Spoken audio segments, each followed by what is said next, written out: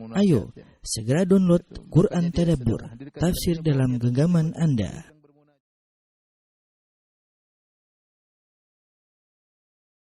Bismillahirrahmanirrahim. Assalamualaikum warahmatullahi wabarakatuh. Alhamdulillahi ala ihsani wa syukru lahu ala taufiqihi wa amtinani. Asyhadu an la ilaha illallah wahdahu la syarika lahu ta'ziman li sya'ni wa asyhadu anna Muhammadan abduhu wa rasuluhu da'ila ridwani. Allahumma shalli alaihi wa ala alihi wa ashabihi wa ikhwani. Para dokter yang dirahmati Allah Subhanahu wa taala, kita melanjutkan bahasan kita tentang tata cara salat, gerakan-gerakan salat. Kita sampai pada pembahasan masalah sujud ya. Sujud merupakan salah satu dari rukun salat ya. Bahkan dia adalah inti daripada salat yang menunjukkan ketundukan seorang hamba kepada Rabbul Alamin. Dialah kondisi yang sangat dicintai oleh Allah Subhanahu wa taala. Oleh karenanya Rasulullah SAW mengatakan, "Fa ammas sujud fa aktsiru fihi du'a fa qaminun ayustajaba lakum." Adapun ketika sujud maka perbanyaklah doa karena lebih mudah untuk dikabulkan doa kalian. Karena posisi sujud seorang meletakkan bagian tubuhnya yang termulia itu wajahnya, kemudian ditempelkan di tanah ya dengan penuh kerendahan sambil dia membaca Subhana rabbiyal a'la wa bihamdi. Maha suci Allah yang maha tinggi ya, dia mengakui kerendahan dia disertai dengan mengakui keagungan dan ketinggian Rabbul Alamin. Dalam kondisi demikian maka doa sangat mudah dikabulkan karena Allah menjelaskan bahwasanya di antara hal yang membantu seorang doanya mudah dikabulkan yaitu pengakuan tentang kerendahannya dan disertai dengan pengakuan tentang keagungan Allah Subhanahu wa taala. Saat itulah doa mudah dikabulkan ya. Baik. Adapun tata cara sujud ya. Tadi sudah disebutkan maksudnya sujud adalah rukun dan setiap rakaat kita ada 2 kali sujud ya. Sujud pertama, kemudian duduk di antara 2 sujud, kemudian sujud kedua. Adapun seorang ketika sujud hendaknya dia tumakninah. Dia tumakninah sebagaimana kata Nabi sallallahu alaihi wasallam, "Tsumma sujud hatta tatma'inna sajidan." Ya, kemudian hendaknya engkau sujud ketika Nabi mengajarkan orang yang salah salatnya, Nabi ajarkan kepada dia tentang tata cara salat, kata Nabi sallallahu alaihi wasallam, "Tsumma sujud hatta tatma'inna sajidan." Kemudian engkau sujud sampai tumakninah. Sampai tumakninah maksudnya sujud benar-benar sampai tenang minimal, kemudian membaca Subhana rabbiyal a'la wa bihamdi sekali ya. Subhana rabbiyal a'la wa bihamdihi sekali ya. Itu sudah tumakninah. Jadi tenang dulu sampai pada posisi sujud, kemudian tenang sebentar cukup untuk membaca Subhana rabbiyal a'la wa bihamdihi sekali. Kalau dia sudah membaca Subhana rabbiyal a'la wa bihamdihi sekali, berarti dia sudah mendapatkan tumakninah. Kemudian dia tambah dengan bacaan kedua, dia ulang 3 kali terserah ya. Kemudian anggota tubuh ketika sujud ada 7. Kata Nabi sallallahu alaihi wasallam dalam hadis Ibnu Abbas, "Umirtu an asjuda ala sab'ati a'dham." Aku diperintahkan untuk sujud di atas 7 tulang. Alal jabhah, yang pertama al-jabhah, wa asyara bi yadihi ila anfihi. Rasulullah SAW memberi isyarat kepada hidungnya. Maksudnya dahi dan hidung dihitung 1. Dahi dan hidung dihitung 1. Jadi ketika sujud dahi menempel pada tanah, demikian hidung juga menempel pada tanah. Ini yang pertama, tulang yang pertama. Yang kedua, wal yadaini, 2 tulang. 1, 2 ya. Kemudian jadi 2 dan 3 ya. Wa rukbataini, 2 lutut yaitu 4 dan 5. Wa atrafil qadamain dan jari-jari kaki ya. Ini 6 dan 7. Jadi totalnya ada 7 tulang yang kita diperintahkan untuk sujud di atasnya. 1 dahi dan hidung.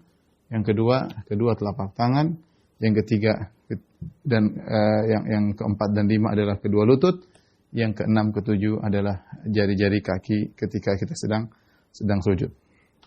Dari sini para ulama berselisih tentang bagaimana orang yang sujud yang tidak menempelkan hidungnya di tanah. Ada 2 pendapat secara umum, ada yang mengatakan hukumnya adalah sah dan ada yang mengatakan sujudnya tidak sah ya. Karena yang mengatakan sah mereka kembali kepada bahasa. Secara bahasa namanya sujud adalah meletakkan dahi di tanah. Jika seorang sudah meletakkan dahi di tanah, maka dia dikatakan telah sujud meskipun hidungnya tidak nempel di tanah. Dan pendapat yang lebih hati-hati bahwasanya seorang sujud hendaknya hidungnya ditempel di tanah. Kalau dia sengaja meninggalkannya berarti sujudnya tidak sah. Sujudnya tidak sah. Sebagaimana kalau seorang sujud misalnya tanpa meletakkan tangan, dia sujud kemudian cuma tangannya tidak dia letakkan di atas lantai, dia cuma kepala saja, secara bahasa dikatakan sujud. Secara bahasa dikatakan sujud, tapi ini bukan sujud yang syar'i yang diinginkan oleh Nabi. Nabi menginginkan sujud di atas 7 tulang. Ya, 7 tulang tersebut Nabi isyaratkan, yaitu dahi dan hidung dianggap satu. Dianggap satu. Ya, kalau secara bahasa saja mereka mengatakan, bukankah secara bahasa kalau kita sujud tanpa nempelkan hidung dikatakan sujud? Kita bilang, iya benar. Demikian juga secara bahasa kalau Anda sujud tanpa menempelkan kedua tangan di lantai, ada sujud begini dikatakan juga sujud. Nah, tapi itu sujud yang tidak sesuai dengan yang diperintahkan oleh Nabi. Dari situ lebih hati-hati adalah sujud dengan menempelkan hidung. Nah, saya ingatkan kepada sebagian kawan-kawan yang mungkin memakai kacamata, ya, kalau kebetulan hidungnya mancung tidak jadi masalah, dia bisa sujud tanpa harus melepaskan kacamata. Tapi kalau hidungnya pas-pasan, maka hendaknya dia bawa kacamata agar dia lebih khusyuk ketika dia sujud sehingga nempel antara jidatnya dengan hidungnya. Ya, ini sekedar saran saja ya. Sekedar saran. Taib,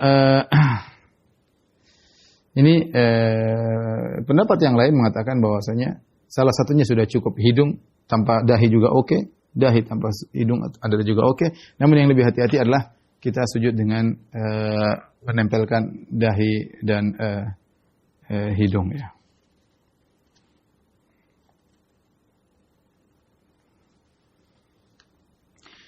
Taib, ikhwan dan akhwat yang dirahmati Allah Subhanahu wa taala, tadi sudah kita singgung tentang batasan tumakninah.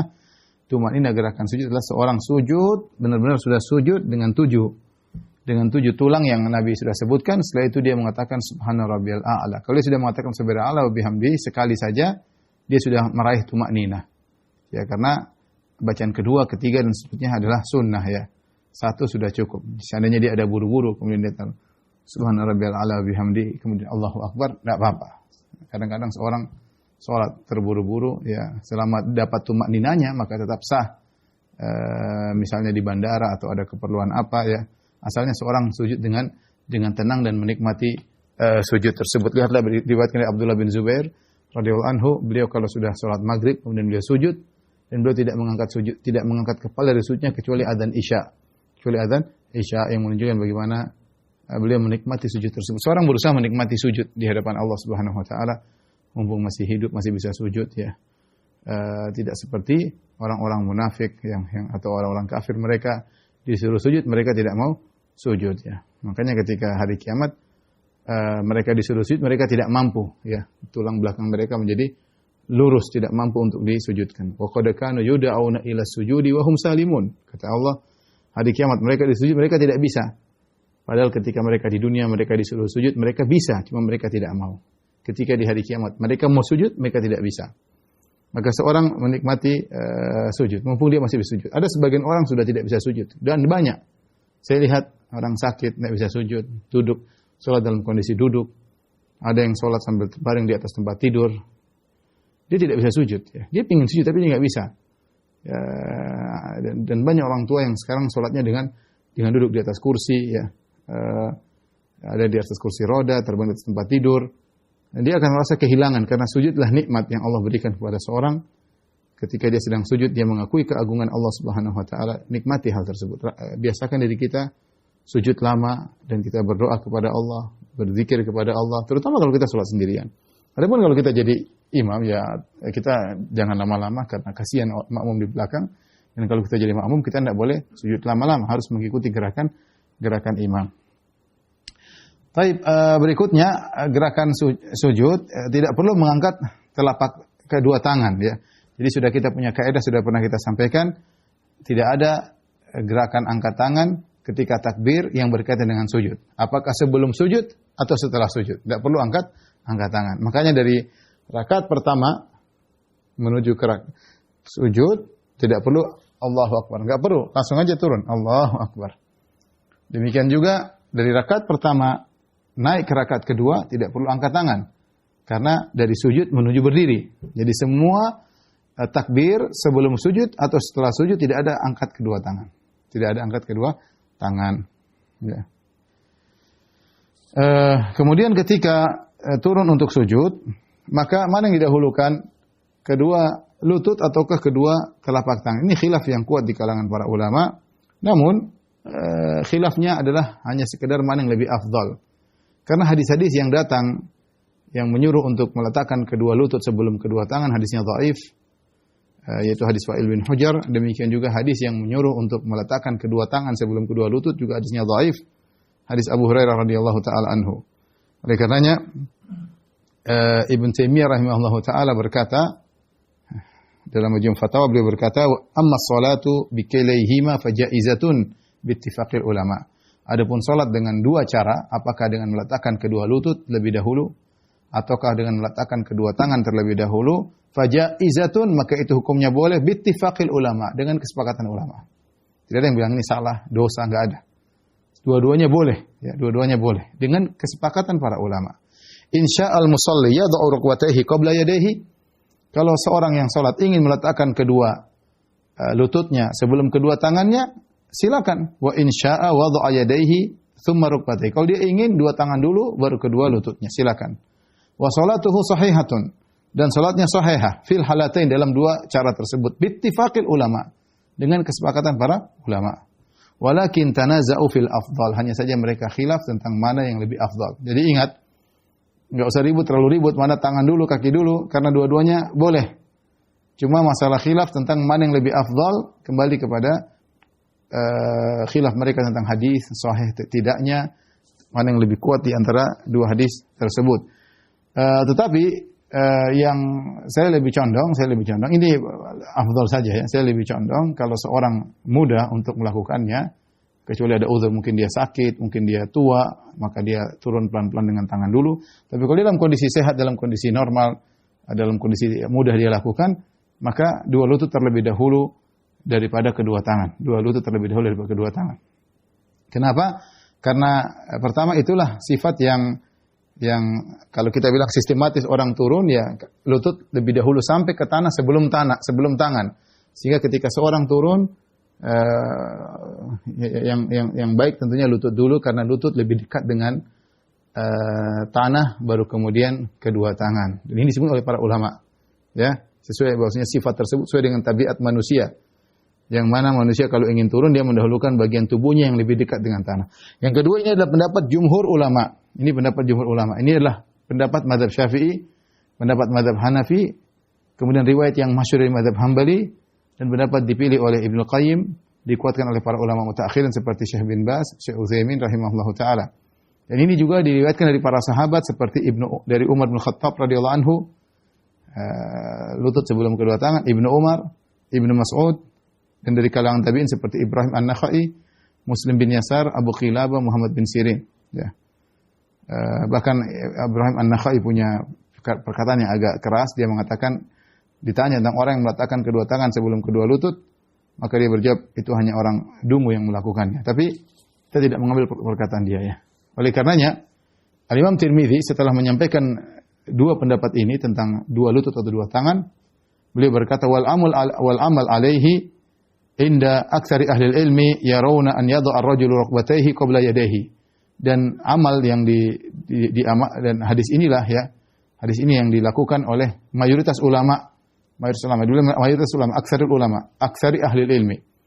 Mereka memandang bahwasanya seorang ketika salat, ketika mau sujud, dia meletakkan kedua lututnya sebelum kedua tangannya. Ini pendapat mayoritas ulama. Dan disampaikan oleh Khattabi juga, beliau berkata, fa dhahaba aktsarul ulama ila wad'i rukbataini qabla yadayn.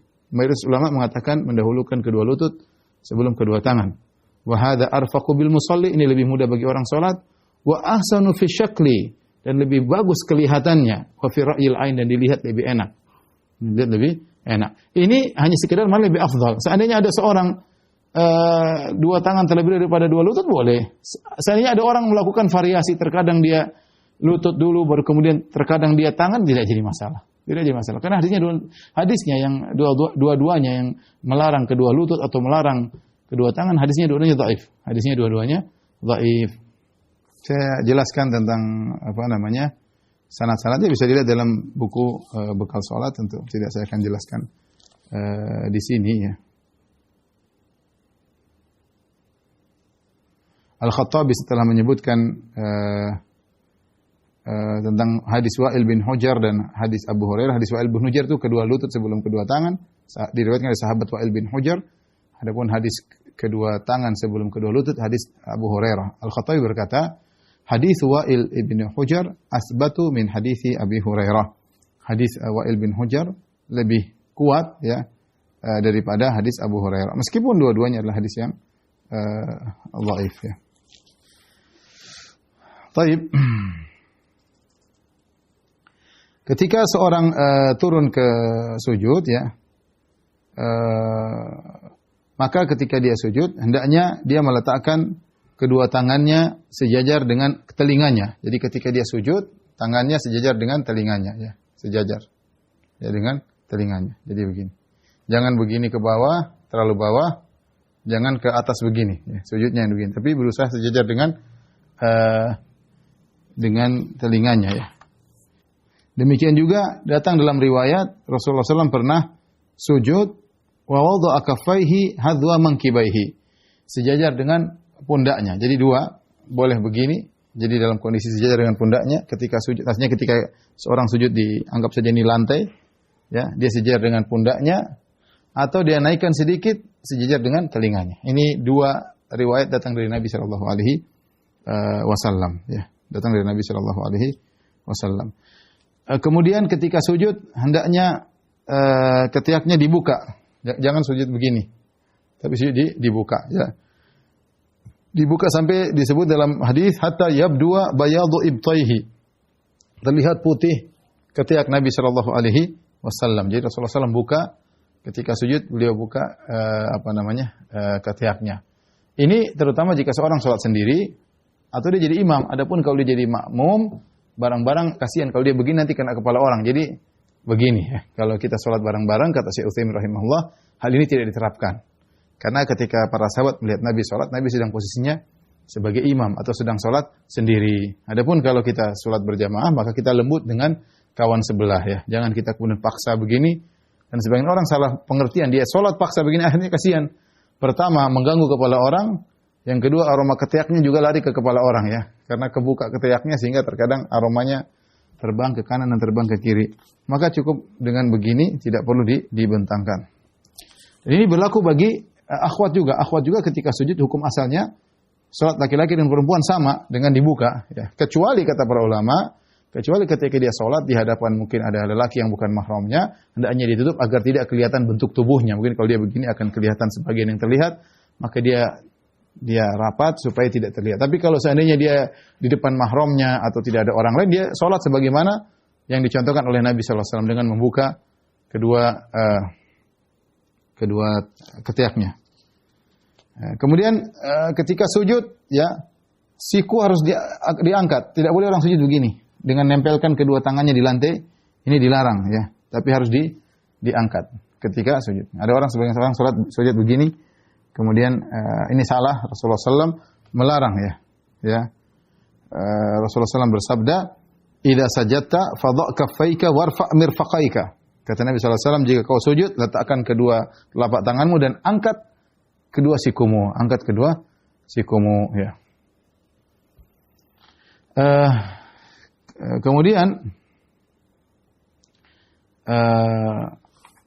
dalam kondisi sujud disebutkan bahwasanya kalau kita ruku, jari-jari kita di lutut kita buka, tapi ketika sujud kita tempelkan.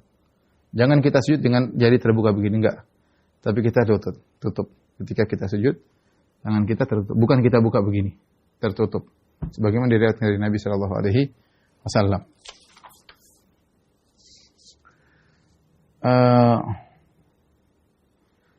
Demikian juga meskipun memang kita berusaha untuk sujud dengan mengangkat kedua tangan, tapi dalam kondisi misalnya kita letih, dengan kita letih sulit, terutama misalnya kita sholat di Masjid Nabawi, Masjidil Haram, ketika Qiyamul Lail, para imam sujudnya lama, sehingga kita mau bertahan begini kadang capek, dan saya rasakan sendiri ya. Maka terutama orang tua, dan ini pernah ditanyakan kepada Nabi sallallahu alaihi wasallam, maka Rasulullah SAW berkata, yaitu mereka mengeluh tentang sujud yang lama, apa yang harus mereka lakukan kalau mereka mau buka begini berat. Maka Rasulullah SAW berkata, ista'inu birrukab. Ya, gunakanlah lutut-lutut kalian. Jadi bisa seorang ketika sujud, karena dia letih, dia capek, dia bisa letakkan sikunya di lututnya untuk membantu dia sujud. Kalau dia terlalu lama sujud, dia boleh letakkan, maksud saya letakkan sikunya di lututnya. Ya, dia tidak buka begini, tapi diletakkan di lututnya sambil dia sujud. Tetap sikunya terangkat, tapi sikunya diletakkan di lututnya. Itu kalau dia letih, kalau dia capek, boleh seperti itu, tidak jadi masalah, sehingga dia bisa sujud lebih lama. Kemudian juga di antara sunnah, dan ini ada khilaf di kalangan para ulama, adalah tentang ketika sujud, apakah kedua kaki dirapatkan atau dibuka seperti biasa. Ini khilaf yang panjang di kalangan para ulama ya. Berdasarkan hadis Aisyah radhiyallahu taala anha ya. Sebagian ulama memandang bahwasanya hukum asalnya tidak perlu dirapatkan karena hadis yang datang dari Aisyah radhiyallahu taala anha tentang merapatkan kaki hadisnya syadzah ya. Tidak sahih, menyelisihi riwayat-riwayat yang lain. Sebagian ulama mengatakan tidak, hadisnya sahih, maka kita terapkan sunnahnya dengan menempelkan kedua kaki. Artinya kalau dibuka tidak jadi masalah, tapi yang sunnah adalah menempelkan dua kaki. Dan saya condong pada pendapat tersebut. Dan pendapat ini dipilih oleh sebagian ulama dari mutaqaddimin dan mutaakhirin. Memang ada khilaf ya. Pendapat ulama mutaqaddimin seperti Ibnu Khuzaimah dari mazhab Syafi'i. Ya, beliau menulis dalam bukunya dalam Sahih Ibnu Khuzaimah bab dhammil aqibaini fi sujud. Bab tentang menempelkan dua tumit ketika sujud. Ini pendapat dari Ibnu Khuzaimah dari mazhab Syafi'i. Kemudian ini juga pendapat dari Ibn Tamim Al-Harrani yang wafat pada tahun 675 Hijriah dari mazhab Hambali. Dia berkata, wa yustahabbu idza sajada. Kata dia jika disunahkan jika sujud. Kemudian disebutkan wa yajma'u aqibaihi, dia mengumpulkan kedua tumitnya. Dan ini juga pendapat dari Syekh Albani rahimahullahu taala, dari ulama kontemporer. Dan juga dipilih oleh Syekh Utsaimin rahimahullah dalam kitabnya Syarhul Mumti'. Ya. Beliau berkata, walakin alladhi yadhhar minas sunnah. Ini Syekh Utsaimin karena dia tahu ada khilaf, dia mengatakan yang nampak, artinya tidak memastikan. Yang nampak dari sunnah, annal qadamaini takunani marsusataini, yakni yarusul qadamaini ba'dahuma bi ba'd. Kata beliau yang nampak ditempelkan. Karena ada hadis memang jelas masalahnya, cuma hadisnya diperselisihkan dhaif atau sahih, dhaif atau sahih ya. Hadisnya adalah hadis Aisyah radhiyallahu taala anha ya. Dia berkata, dia bangun di malam hari, faqattu Rasulullah sallallahu alaihi wasallam wa kana ma'i ala firashi. Aku kehilangan Nabi ketika di malam hari, padahal Nabi tadi tidur bersamaku. Fawajadtuhu sajidan, dan aku dapati Rasulullah sedang sujud, rasan aqibaihi, menempelkan kedua tumitnya, mustaqbilan bi atrafi asabi'ihil kiblat. Rasulullah dengan ujung-ujung jarinya menghadap kiblat. Jadi begini nempel, ya. Ini hadis diperselisihkan tadi oleh para ulama, sebagian mendhaifkan, sebagian mensahihkan. Sahihkan di antara Ibnu Khuzaimah, Ibnu Hibban, Al-Hakim dan Syekh Albani rahimahullah taala juga mensahihkan hadis ini ya.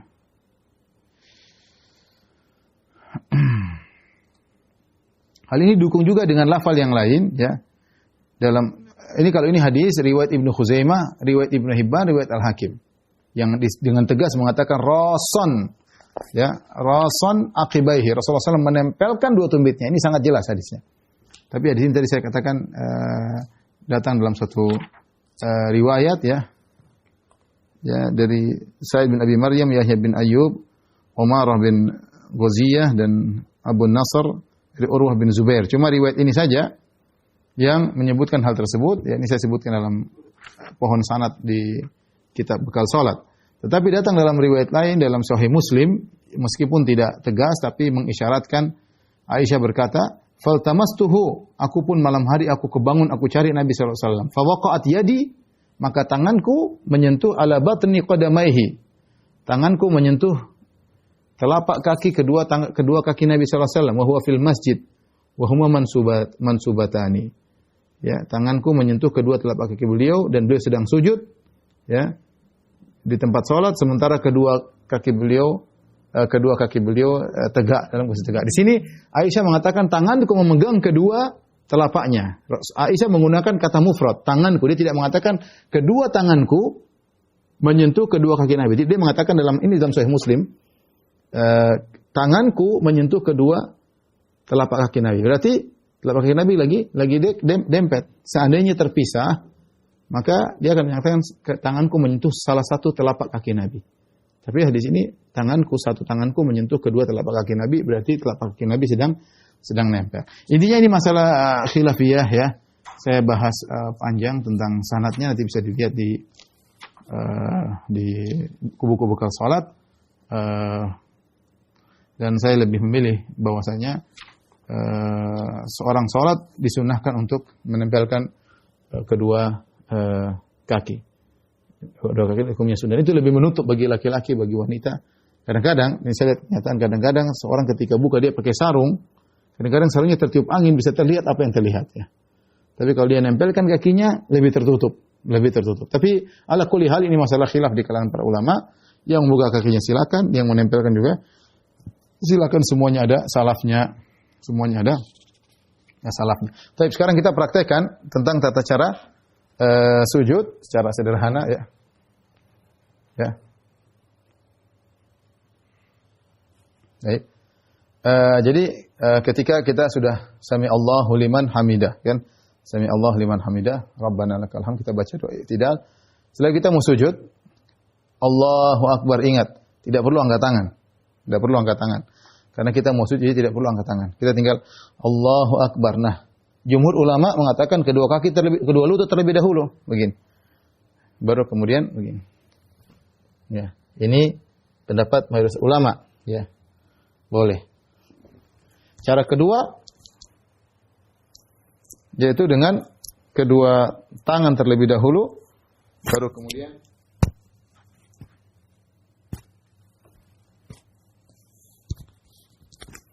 kedua tangan terlebih dahulu, baru kemudian kedua lutut. Jadi sudah i'tidal, Allahu akbar, baru kemudian sujud, ya. Saya lihat sebagian kawan-kawan ketika mereka turun dengan tangan, mereka seperti loncat. Saya kurang setuju dengan hal tersebut, ya. Artinya kita turun dengan tenang, kemudian Allah gitu, kayaknya loncat. Saya rasa tidak demikian, ya. Jadi turun dengan tenang saja. Kalaupun mau turun dengan tangan untuk memudahkan kita sujud, ya kita turun dengan tangan baik-baik, ya.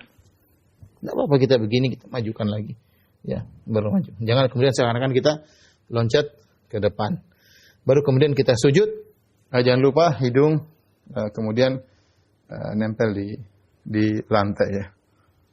Jadi kalau kita begini, perhatikan hidung dengan nempel di lantai, tangan ditutup, perhatikan tangan ditutup, apakah sejajar dengan telinga ataukah sejajar dengan pundak dengan dibuka, ya. Baik. Adapun bacaannya banyak, bacaannya bisa subhana rabbiyal a'la wa bihamdihi, dan banyak sekali model-model bacaan zikir ketika sujud. Ada subhanallah wa bihamdi, ada subuhun quddus rabbul malaikati war ruh, ada subhanakallahumma rabbana wa bihamdika allahumma ighfirli, dan bacaan-bacaan yang lain. Dan tadi kita dianjurkan untuk berdoa ketika sujud. Namun perlu diingat ketika kita sebagai makmum kita harus ikut imam. Jangan sampai kita asyik berdoa, imamnya sudah bangun, tidak boleh. Kalau imam bangun kita tinggalkan doa, kita lanjutkan ikut imam. Tapi kalau kita salat sendiri, bebas. Kemudian kita berdoa sepuas-puasnya. Selanjutnya, gerakan berikutnya adalah duduk di antara dua sujud. Duduk di antara dua sujud.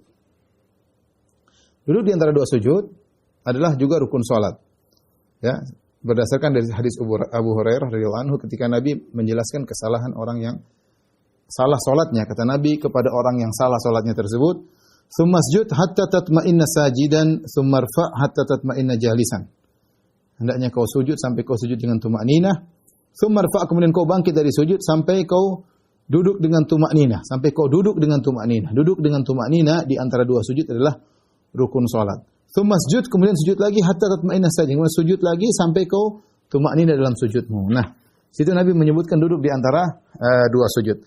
Adapun tata cara duduk di antara dua sujud, ya, kita bilang Allahu Akbar dan tidak perlu angkat tangan. Kaidahnya semua gerakan yang sebelum sujud atau setelah sujud takbirnya tidak disertai dengan angkat tangan. Ini kaidah. Karena kita bangun dari sujud, mau duduk di antara dua sujud, tidak perlu kita sambil angkat tangan. Kita cukup bilang Allahu Akbar kemudian duduk. Adapun cara duduknya,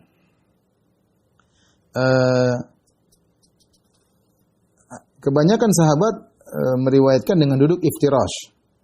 Dengan duduk iftirash, dan sebagian sahabat seperti Ibnu Abbas radhiyallahu taala anhuma meriwayatkan dengan juga duduk al-iqa', duduk al-iqa', ya. Apa bedanya duduk iftirash? Perhatikan di sini.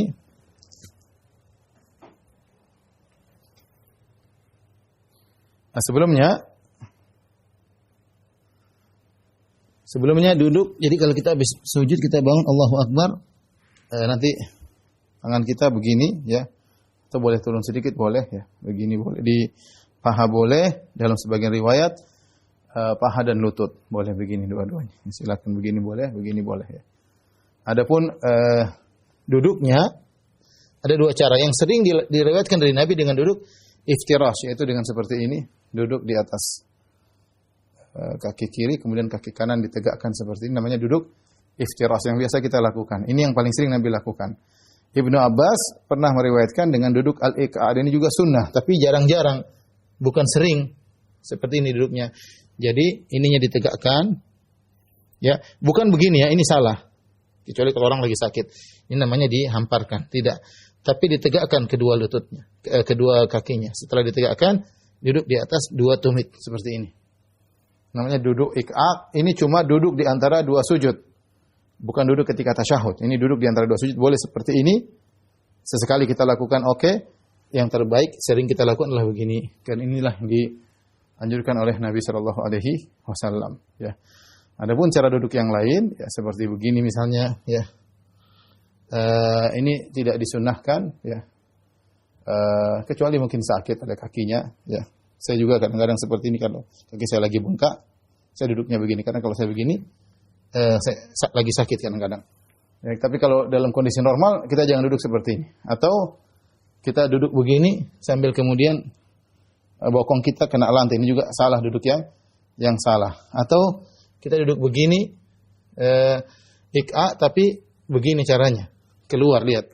Kedua kaki ini keluar gini, salah. Harusnya tadi begini. Ya, intinya cuma dua, yang lainnya salah. Ini yang begini boleh, namanya iqa'. Duduk di antara dua sujud. Dan yang terbaik adalah yang sering adalah begini. Jadi kita lakukan dua-duanya. Yang paling sering seperti ini, yang iftirash. Sesekali kita duduk iqa', yang begini, untuk menjelaskan bahwasanya itu juga diperbolehkan. Terkadang kita membutuhkan duduk seperti ini. Orang lagi sempit, misalnya di Masjid Nabawi, Masjid Haram, kita butuh duduk seperti ini. Atau kalau kita mau duduk iftirash, ternyata samping kita dempet, kita bisa dudukin orang. Dan itu kejadian saya rasakan ketika dalam kondisi haji. Terkadang kita harus duduk dalam kondisi seperti ini. Dan alhamdulillah ini juga sunnah Nabi sallallahu alaihi wasallam.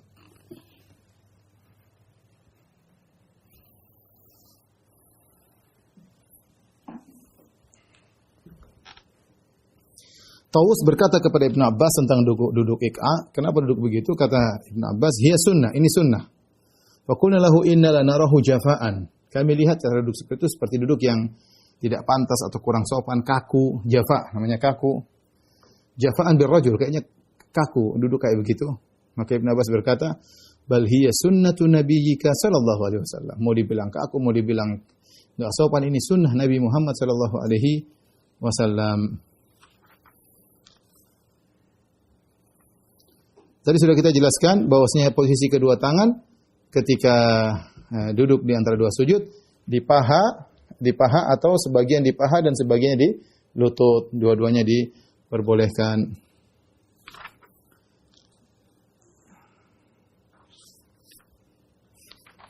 Baik. Berikutnya adapun bacaan ketika duduk di antara dua sujud, ya, boleh kita ulang-ulang Rabbi ghfirli, Rabbi ghfirli, Rabbi ghfirli, Rabbi ghfirli. Doa yang diajarkan Nabi juga Rabbi ghfirli warhamni wajburni warzuqni warfa'ni. Boleh ya. Allah maghfirli warhamni wajburni wahdini warzuqni. Doa-doanya seputar itu. Allahumma ghfirli. Sambil kita hayati, sambil kita nikmati. Ini saatnya kita berdoa di sisi Allah. Allah maghfirli. Kita dalam kondisi salat, ya. Semua doa yang kita ucapkan dalam kondisi salat lebih mudah dikabulkan. Masalahnya kita lalai ketika berdoa. Makanya Ibnu Taimiyah mengatakan, "Man lebih afdal berdoa ketika sebelum salam atau setelah salam?" Nabi menganjurkannya sebelum salam. Karena ketika seorang sedang salat, dia sedang connecting dengan Allah Subhanahu wa taala. Kondisinya lagi kondisi yang terbaik. Dalam kondisi sujud, dalam dia berdoa ketika sedang sujud, dia berdoa ketika tasyahud akhir sebelum salam, karena dia belum keluar dari salat. Di antaranya dia berdoa ketika sedang duduk di antara dua sujud. Rabbi ghfirli, Rabbi ghfirli, Rabbi ghfirli. Cuma ada khilaf di kalangan para ulama, bolehkah seorang berdoa selain Rabbi ghfirli, selain doa yang datang? Artinya seorang duduk di antara sujud dia berdoa Rabbi ghfirli wali walidayya warhamhuma kama rabbayani shaghira. Boleh atau tidak? Sebenarnya mengatakan boleh, karena ini waktunya untuk berdoa. Seorang berdoa yang datang dari Nabi dan berdoa dengan selainnya. Ya. Tapi lebih hati-hati kita cukupkan dengan apa yang diajarkan oleh Nabi. Kita ulang-ulang Rabbi ghfirli, Rabbi ghfirli, Rabbi ghfirli, Rabbi ghfirli, atau Rabbi ghfirli warhamni wajburni warfa'ni warzuqni wa'afini wahdini wa'fu anni. Kita baca, enggak ada masalah. Ya. Itu lebih hati-hati. Sebenarnya mengatakan boleh kita baca yang lain, Rabbi ghfirli wal walidayya, boleh aja. Tapi lebih hati-hati kita baca yang sesuai dengan yang diajarkan oleh Nabi sallallahu alaihi wasallam. Baik, ketika seorang bangkit setelah sujud, kemudian duduk di antara dua sujud, kemudian sujud lagi, kemudian sekarang dia hendak bangkit menuju rakaat kedua. Apakah disunahkan bagi dia untuk duduk istirahat ataukah tidak disunahkan? Ya. Ini khilaf di kalangan para ulama. Ya. Khilaf di kalangan para ulama. Jadi begini. Perhatikan. Sekarang kita ingin bangkit dari sujud. Sekarang saya sedang sujud. Kemudian saya ingin bangkit dari sujud. Apakah saya langsung berdiri? Rakaat kedua. Allahu Akbar langsung berdiri. Ini pendapat. Ataukah saya duduk istirahat. Jadi saya bangkit dari sujud. Allahu Akbar. Saya duduk dulu. Baru kemudian saya duduk sebentar, ini namanya duduk istirahat. Jalsatul istirahat. Jadi setelah ketika saya sujud, saya mau bangun, saya tidak langsung berdiri. Tapi saya duduk dulu sebentar, baru saya kemudian berdiri. Nah, ada khilaf di kalangan para ulama. Duduk istirahat ini sunnah atau tidak? Sunnah atau Nabi pernah melakukannya. Nabi SAW pernah melakukannya. Cuma, apakah Nabi melakukannya sebagai gerakan sholat atau karena ada keperluan? Nabi sudah tua, sehingga untuk bangkit langsung perlu istirahat sebentar. Makanya mereka menamakan dengan duduk istirahat. Seakan-akan ada keperluan. Seandainya Nabi tidak tua, mungkin Nabi tidak perlu duduk istirahat. Wallahu a'lam bishawab, saya lebih condong bahwasanya duduk tersebut adalah duduk yang sunnah, dianjurkan. Kenapa? Karena hukum asal gerakan-gerakan Nabi dalam salat adalah disyariatkan. Hukum asal gerakan-gerakan Nabi dalam salat adalah disyariatkan. Yang pendapat lain mengatakan tidak disunahkan. Kenapa tidak disunahkan? Karena tidak ada takbir khusus. Semua gerakan ada takbir. Ketika duduk sebentar, itu bukan takbir. Takbirnya untuk berdiri ke atas. Duduk istirahat tersebut tanpa takbir. Berarti dia sebenarnya bukan gerakan salat. Ini pendapat sebagian ulama. Kita kan mau dari ruku, mau iktidal, kita takbir. Dari iktidal mau ke sujud, mau takbir. Dari sujud kepada duduk, terus sujud, takbir. Sujud lagi, takbir. Ketika kita bangkit mau berdiri, kita duduk sebentar, kita tidak takbir untuk duduk itu. Tapi kita takbir untuk berdirinya. Sehingga duduk ini digerakkan tanpa takbir. Tanpa ada takbir khusus, takbir perpindahan ke duduk istirahat. Ketika dia tidak punya duduk takbir, ketika duduk tersebut tidak punya takbir khusus, menunjukkan dia adalah gerakan yang sebenarnya bukan gerakan salat. Ya, dia bukan gerakan salat, ya. Sehingga tidaklah Nabi melakukannya kecuali karena keperluan, Nabi sudah tua. Nah, bagi orang yang sudah tua silakan duduk istirahat, bagi yang tidak tua langsung berdiri saja. Tidak perlu duduk istirahat. Ini pendapat yang mengatakan bahwasanya Duduk tersebut bukan gerakan salat yang spesifik. Pertama, tidak ada takbirat intiqalnya, takbir khususnya. Kedua, tidak ada bacaannya. Semua gerakan ada bacaannya dalam salat. Berdiri, ruku, i'tidal, sujud, dulu yang terlalu sujud, semuanya ada gerakannya. Ada bacaannya dan ada takbirnya. Kecuali ini, tidak ada takbir khususnya, tidak ada bacaannya. Menunjukkan ini gerakan sebenarnya tidak diinginkan dalam salat. Nabi duduk itu hanyalah sekedar karena beliau sudah tua. Ini pendapat yang mengatakan tidak dianjurkan. Namun saya lebih condong bahwa pendapat tersebut ya adalah pendapat yang lebih kuat, adalah disunnahkan. Artinya apa? Cara kita bangun dari sujud menuju ruku, di antaranya caranya rangkaiannya adalah dengan duduk istirahat. Sama seperti ketika kita mau sujud, kita rangkaiannya di antaranya meletakkan lutut dulu, meletakkan tangan. Ini rangkaian gerakan. Nah, rangkaian gerakan tersebut sunnah. Ya. Jadi kenapa? Karena hukum asal gerakan dalam salat adalah sunnah. Ini yang pertama. Hukum asal dalam gerakan salat adalah sunnah. Ya, Nabi melakukannya berarti sunnah. Adapun mentaklil mengatakan Nabi melakukannya karena sudah tua, karena kegemukan dan lain, mana dalilnya? Tidak ada nas dalam hal tersebut. Itu hanya persangkaan dari sebagian ulama. Artinya tidak ada nas yang menunjukkan kecuali sahabat mengatakan ketika Nabi sudah tua, ketika Nabi sudah gemuk, maka Nabi pun duduk istirahat. Kalau itu lain cerita, berarti ada ta'lil, ada illah, ada sebab kenapa Nabi duduk istirahat. Tatkala tidak disebutkan hal tersebut, Nabi yang penting duduk istirahat ketika sholat, menunjukkan itu hukum asalnya adalah sunnah. Adapun kita mengatakan tidak sunnah gara-gara mencari ta'lil illah yang tidak jelas, tidak tegas, maka kurang tepat.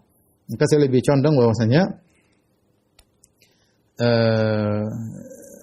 Nabi SAW disunahkan kita ingin bangkit dengan duduk terlebih dahulu. Sebagaimana hadis dalam hadis Malik bin Huwairis, ya.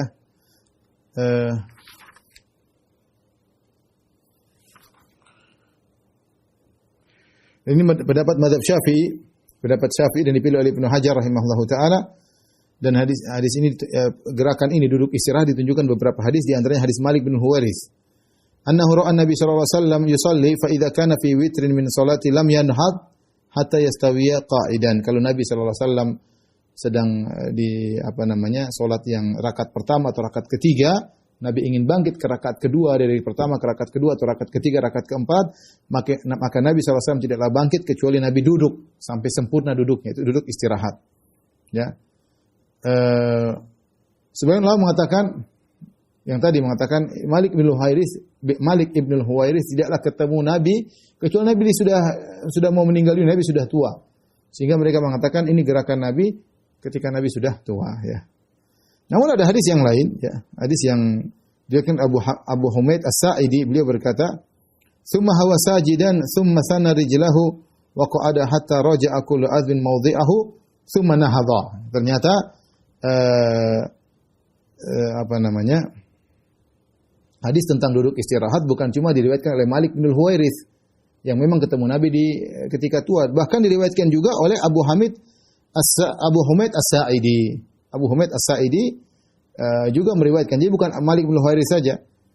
Beliau berkata, Abu Humaid As-Sa'idi, "Tsumma hawa sajidan," kemudian Nabi pun turun sujud.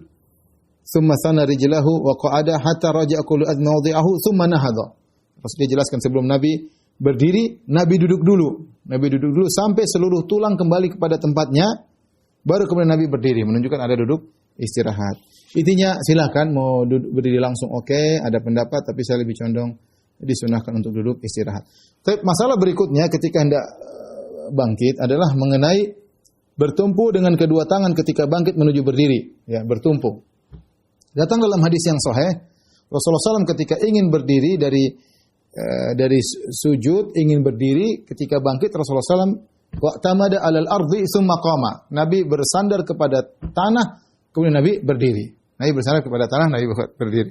Ini hadis riwayat Bukhari dari Malik ibn Huwairis, bahwasanya Nabi SAW wa'tamada 'alal ardi tsumma qama. Rasulullah SAW bersandar kepada tanah, kemudian berdiri. Ya, dan ini memudahkan seorang untuk bangkit dari duduknya atau dari sujudnya menuju berdiri. Ini adalah pendapat mazhab Maliki, mazhab Syafi'i, ya. Sebagian ulama berpendapat seperti mazhab Hanafi, ya, mengatakan tidak perlu bertumpu dengan kedua tangan di tanah, ya. Mazhab Hambali mengatakan perlu bertumpu kalau ada keperluan, sakit atau yang lain. Jadi ada 3 pendapat tentang masalah bertumpu ketika hendak bangkit. Mazhab Maliki dan Syafi'i mengatakan sunnah. Kalau ingin berdiri, bertumpu di tanah, ya. Mazhab Hanafi mengatakan tidak perlu. Mazhab Hambali mentafsil, memperinci. Kalau perlu, silakan. Kalau enggak, ya. Kalau enggak, maka enggak. Namun yang lebih rajih alam bisawab disunahkan karena hukum asal, saya katakan hukum asal gerakan Nabi adalah sunnah. Sebagaimana kita bicara tentang duduk istirahat. Hukum asal gerakan Nabi adalah sunnah, ya. Dan Malik bin Al-Huwairis telah meriwayatkan Nabi ketika hendak bangkit, Nabi bertelekan ke tanah. Nah, yang jadi masalah, bagaimana cara bertelekan? Apakah dengan begini?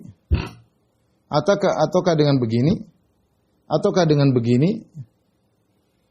Terserah, tidak ada hadis yang sahih tentang masalah itu. Ada hadis namanya hadisul ajin, ya, yaitu seakan-akan Rasulullah sedang mengadon adonan, ya. Sebagaimana hadis Al-Azraq bin Qais, dia berkata, "Ra'aitu Abdullah ibnu Umar wa huwa ya'jinu fi salat." Aku melihat Ibnu Umar sedang ya'jin, yaitu ya'jin sedang mengolah adonan, ya. Mungkin begini ketika mengolah adonan dipukul-pukulin, ya. Ya'tamidu ala yadayhi, kemudian dia bersandar kepada kedua tangannya. Ibnu Umar melakukannya. Idza qama, ketika dia hendak berdiri ke salat. Faqultu ma hadza ya Abu Abdurrahman? Kok begini cara salatmu? Kok seperti ya'jin, ya. Maka Ibnu Umar berkata, "Ra'aitu Rasulullah sallallahu ya'jinu fi salat." Aku melihat Rasulullah sallallahu begini cara salatnya. Ya'jin seperti membuat adonan, mengolah adonan ketika sedang salat, itu ingin bangkit dari duduk atau sujud menuju ke berdiri. Tapi hadis ini yang benar, hadisnya adalah hadis yang dhaif, ya. Sebagaimana saya jelaskan dalam buku bekal salat, ya. Tapi intinya silakan bebas ketika tidak ada riwayat yang sahih tentang bagaimana cara bertumpu, maka kita bebas. Kalaupun kita mensahihkan hadis tersebut, hadis adonan tadi, mengadon adonan, kita tahu namanya membuat adonan macam-macam. Ada orang adonan seperti ini, ya. Ada yang begini, ada yang begini. Jadi boleh saja, terserah saja.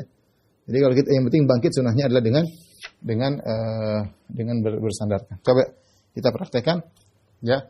Sekarang kita ingin bangkit, mau bangkit dari sujud, mau bangkit atau dari duduk. Intinya kita ingin bangkit menuju ke berdiri, maka sunnahnya boleh langsung sebagaimana pendapat mazhab Hanafi, langsung berdiri begini, ya, tidak usah bertumpu, ya. Sebagaimana juga mazhab Hambali mengatakan kalau tidak perlu, seorang bisa langsung berdiri, tidak ada masalah, boleh, tanpa harus bertumpu.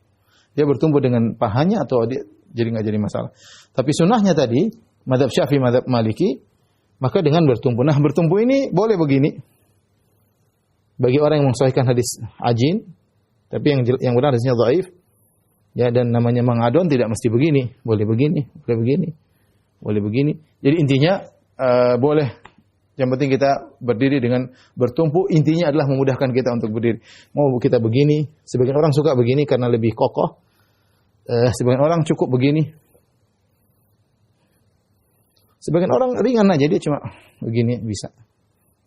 Bebas. Yang penting dia bertumpu, dan itu sunnah ketika hendak bangkit ke berdiri. Baik.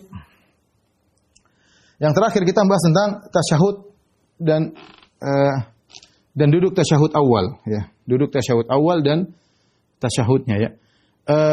Duduk tasyahud awal dan doa at-tahiyatnya, at-tahiyatu lillah wa salawatu wa tayyibatu assalamu alayka ayyuhan nabiy rahmatullahi wabarakatuh assalamu alayna wa ibadillahi salihin. Duduknya dan tasyahudnya hukumnya adalah wajib namun bukan rukun. Wajib namun bukan rukun. Artinya kalau seorang lupa meninggalkannya, dia tidak perlu duduk kembali. Nabi mengajarkan kalau seorang di rakaat kedua dia lupa, dia berdiri, langsung rakaat ketiga. Harusnya kan dia duduk tasyahud rakaat kedua. Kalau dia langsung berdiri, maka ada dua kondisi. Coba perhatikan di sini, ya. Ini sekarang seseorang rakaat kedua dan dia di sujud yang kedua ya. Jadi dia Allahu Akbar, kemudian Allahu Akbar, sujud kedua, kemudian dia tasyahud awal. Nah, tasyahud awal ini hukumnya adalah wajib, bukan rukun. Kenapa kita bilang bukan rukun? Karena kalau seorang lupa melakukannya, dia cukup sujud sahwi, tidak perlu dia kembali pada kondisi ini. Nah, jika seorang lupa, dia langsung bangkit, dia lupa tasyahud awal, dia langsung bangkit. Jadi dia sujud Allahu Akbar, dia bangkit. Ketika dia belum berdiri total, dia ingat, baru begini, belum berdiri lurus. Dia masih setengah dalam kondisi berdiri, ingat, saya belum duduk, hendaknya dia kembali. Kembali baru dia tasyahud. Ini kondisi pertama, dia belum sempat berdiri lurus. Tapi seandainya ketika dia bangkit, dia lupa, dia bangkit, sudah sempat lurus, Allahu Akbar, udah rakaat ketiga, saya tadi belum tasyahud, maka jangan turun lagi. Lanjutkan sholat, nanti tinggal sujud sahwi. Jadi kalau sudah dia berdiri lurus, tidak boleh turun lagi ke tasyahud awal. Kecuali tadi bangkitnya belum berdiri, dia hendaknya kembali duduk karena dia ingat. Tapi kalau dia ingatnya sudah berdiri rakaat ketiga, tidak boleh.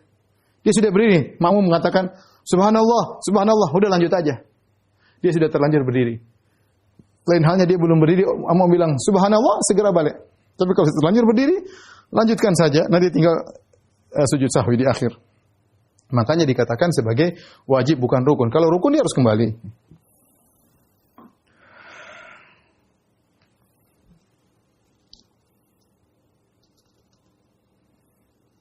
Dan Nabi pernah lupa dalam hadis Abdullah bin Buhainah.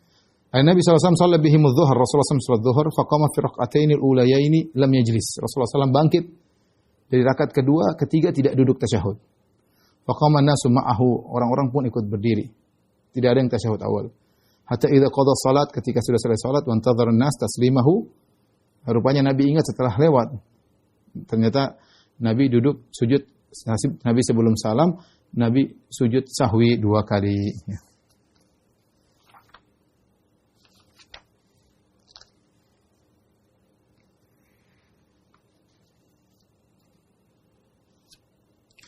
Taib, kita baca tahiyat.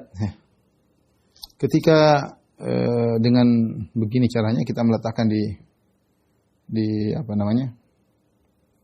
di paha, kemudian memberi isyarat. Ya. Pandangan mata kita wa asyara bi usbihi lati tali ibham ila al-qiblah. Rama bi basar ilahi. Kemudian sambil melihat kepada jari tersebut. Hadis ini ada khilaf, cuma sebagian ulama mensahihkan hadis ini. Kita perhatikan tentang jari kita ketika kita sedang tasyahud. Ya. Nah, jadi pertanyaan, apakah jari-jarinya digerak atau tidak? Jari-jari digerak atau tidak? Ya.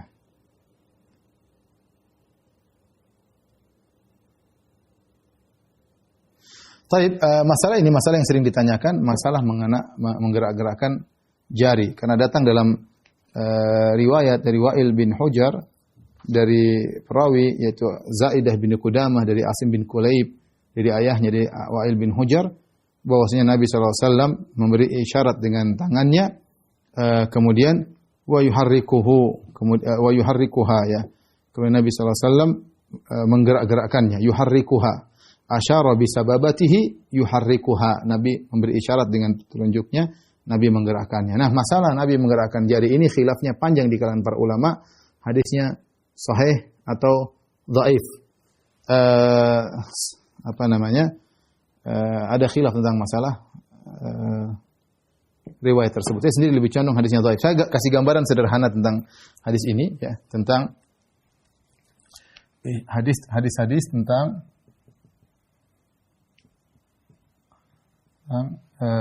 isyarat dengan telunjuk ketika tasyahud.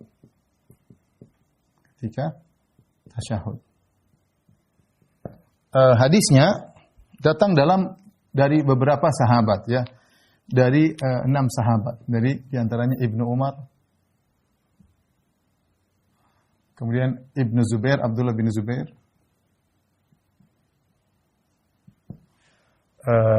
kemudian diantaranya Numair Al-Khuzai, kemudian Abu Humaid As-Sa'idi,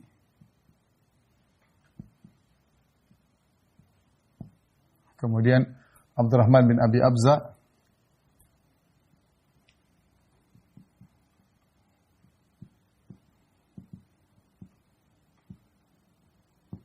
kemudian yang terakhir Wa'il bin Hujr.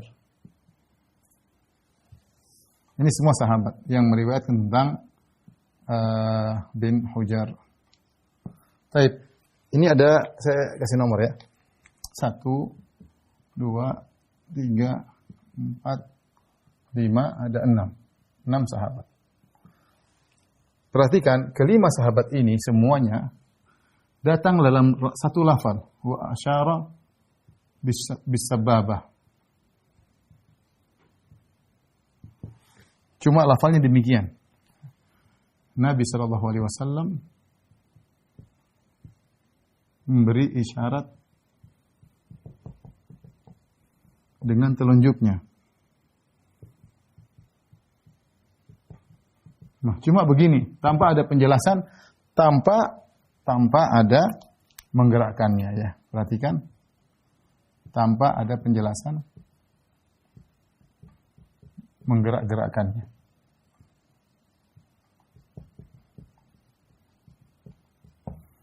Baik. Ternyata Wa'il bin Hujr juga meriwayatkan dari jalur Kulayb, kemudian Asim bin Kulayb. Nah, kemudian dari sini ada dua jalur atau banyak di sini namanya Zaidah ibnu Qudamah. Zaidah bin Qudamah. Dia adalah perawi yang thiqah ya. Di sisi lain ada 10 perawi yang setara dengan Zaidah. Bahkan ada yang lebih thiqah ya, Ada yang lebih thiqah. Di antaranya bahkan lebih dari 10, tapi di antaranya adalah Sufyan Ats-Tsauri, kemudian Sufyan Ibn Uyainah, ya, ini di antaranya. Kemudian ada Syu'bah bin Hajjaj Al-Wasiti, kemudian di antaranya adalah Zuhair bin Muawiyah. Dan lain-lain ya. Ada yang sampai belasan ya, sebagian pembahis atau peneliti mengumpulkan banyak sekali perawi. Ada yang bilang sampai 20 ya. Ini di antaranya saja. Ini semua Zaidah bin Qudamah dia meriwayatkan dengan wa yuharrikuha atau yuharrikuha. Ya. Yuharrikuha. Artinya Nabi menggerak-gerakkan telunjuknya. Nabi SAW menggerak-gerakkan telunjuknya.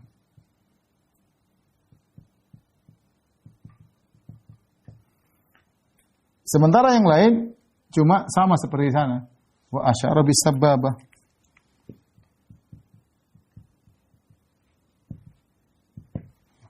Hanya memberi isyarat, Nabi memberi isyarat dengan telunjuknya.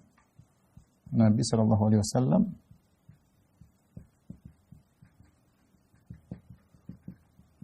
isyarat dengan telunjuknya. Baik. Di sini para ulama khilaf tentang status lafal ini. Statusnya bagaimana? Ini sahih atau syadz? Sahih atau menyimpang, menyelisih yang lainnya? Sementara Zaidah bin Qudamah adalah seorang perawi yang thiqah, bahkan disebutkan dia tidak mencatat kecuali didengar 3 kali. Tidak mencatat kecuali didengar 3 kali. Namun semua ulama mengetahui bahwasanya tidak ada yang meriwayatkan lafal harrikuha, Nabi menggerak-gerakkan telunjuknya kecuali Zaidah ibnu Qudamah. Dari sini timbullah khilaf di kalangan para ulama. Syekh Albani rahimahullah mensahihkan riwayat ini. Beliau mengatakan riwayatnya sahihah, apalagi Zaidah ibnu Qudamah adalah seorang perawi yang thiqah, tidak mencatat kecuali mendengar 3 kali. Ya, artinya dia benar-benar tasabbut, tabayyun. Kemudian lafal ini menggerak-gerakkannya tidak bertentangan dengan memberi isyarat. Memberi isyarat maksudnya adalah dengan menggerak-gerakkannya. Memberi isyarat maksudnya adalah menggerak-gerakkannya. Sehingga lafal ini mengkhususkan lafal-lafal yang lain.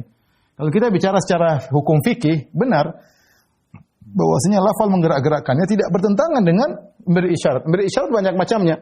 Ada yang bicara isyarat dengan diam, ada yang bicara isyarat dengan gerak-gerak, sehingga tidak ada pertentangan. Dari situ banyak ulama yang mensahihkan hadis ini dan mengamalkannya. Ya, Syekh Albani rahimahullah, di antaranya guru-guru kita seperti Syekh Syekh Abdul Razak, kemudian Syekh Abdul Musil Abbad, ya. Jadi mereka memandang bahwasanya lafal ini tidak bertentangan dengan yang ada. Sebenarnya ulama mendhaifkan hadis ini karena mereka melihat ini adalah kelalaian. Namanya perawi siqah, bisa saja dia salah.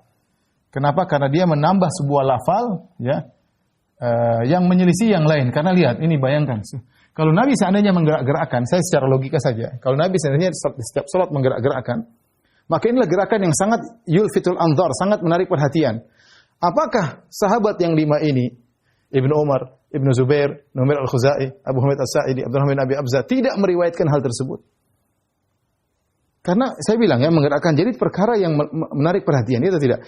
Kita dulu kan tidak pernah menggerakkan jari, tiba-tiba kita dengar ada gerak jari, ketika ada yang gerakkan jari kita perhatian. Saya di salat aja begini, gerak jari, samping saya yang lihat.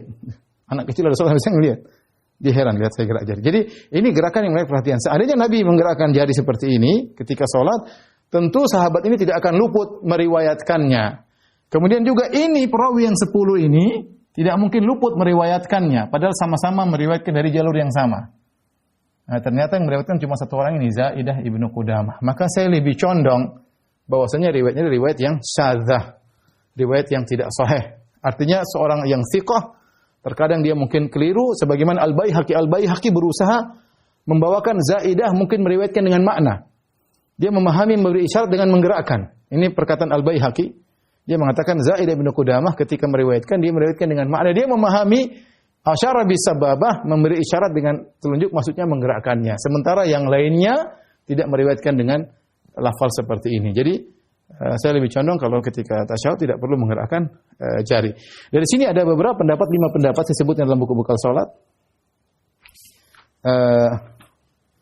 Menghadapi fenomena ini, apa pendapat para ulama? Ada 5 pendapat. Ini masalah fikih biasa, masalah khilaf. Ya. Pertama, disunahkan untuk menggerak-gerakkan. Disunahkan untuk menggerak-gerakkan. Ya, ini banyak ulama mengatakan demikian. Yang kedua, tidak disunahkan karena riwayat dari Zaidah bin Qudamah an Asm bin Kulayb an abihi an Wa'il bin Hujar adalah riwayat yang syadzah, dhaif, tidak bisa dipakai.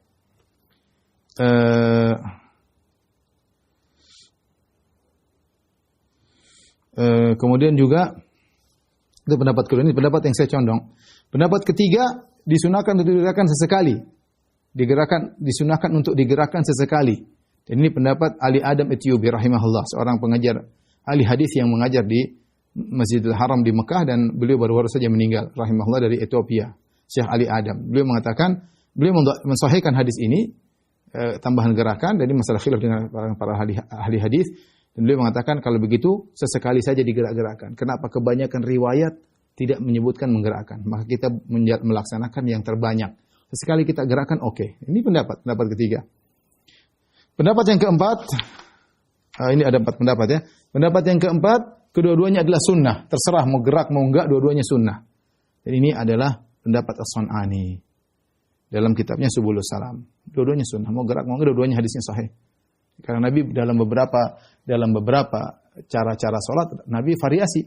Seperti doa istiftah Nabi variasi, doanya begini, doa sujud juga variasi. Demikian duduk tadi variasi, terkadang iftiras, terkadang iqa. Demikian juga ketika tasyahud, terkadang seringnya Nabi diam, terkadang Nabi gerak-gerakkan, dua-duanya boleh. Jadi tidak usah ribut lagi masalah segini atau gerak, yang penting salat. Yang penting salat.